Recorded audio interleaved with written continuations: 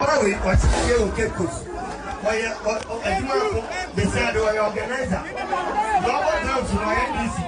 Agya, NDC,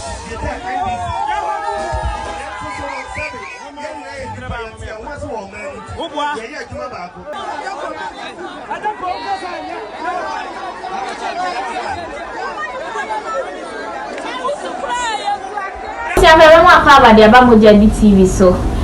Agya ko akobo eye concert bi e wa ye bi ase wo kro bi so amanyame nko ankasa mredi enkamiti ate ka kromofo no bi ebo no NDC supporters ni bi ebo no na ebusiafo e kamia ese ye celebrities ni na do mu ehura politics mu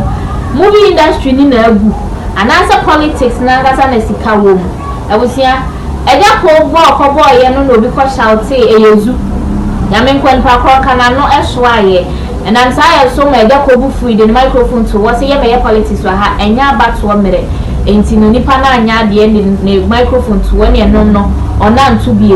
enim say Agya ko ye live band ne or ye tetemofra live band no eye ne dia enti obo ye funeral say wedding ni na se for naming ceremony ni ade enti Agya ko bu free so ona ntu nyum ni bio e ma kromofo no so de niam bi ni ade hye Agya ko anyame nko a Agya ko gon too soon and I say buro vita de enketia no me enko hwe video ebra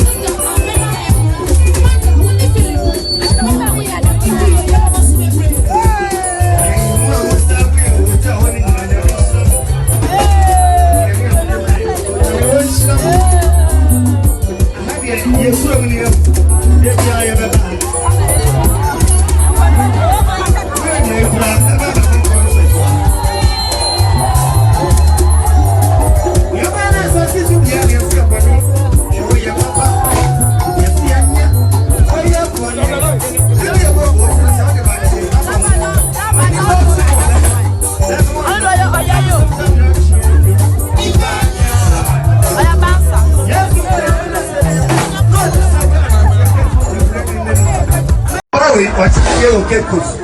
Why, they said they were organizer. Global Girls from NDC. Agya, NDC,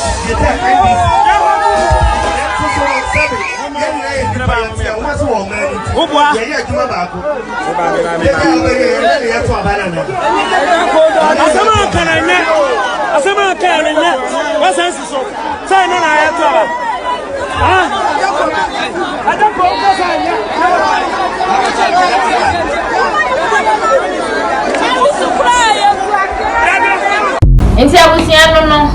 say most of our celebrities especially ni no mo active movie no obehwe no NDC we MPP say Agya ko din ya kamia say Agya ko the movie industry not to baby a or dey politics na esi na ni so ye press conference ni ade nyina inti Ghana for bi ka say nka Agya ko be ya ma ni career na dum esa say previously no celebrities ni video mu rura politics na masamre yen kai o mu kra bi inti nka Agya ko ntwe ne ho mfifiri mu kakra na so well o say eno an obeya intimi nya inti ku comment no hia inti fa comment into comment section ho mai unya subscribe ya Mr. No ya mai mi aba notification so fa to o se be the video bi abetuma obenya one first na be di Kenya aha moja bi TV na na join me di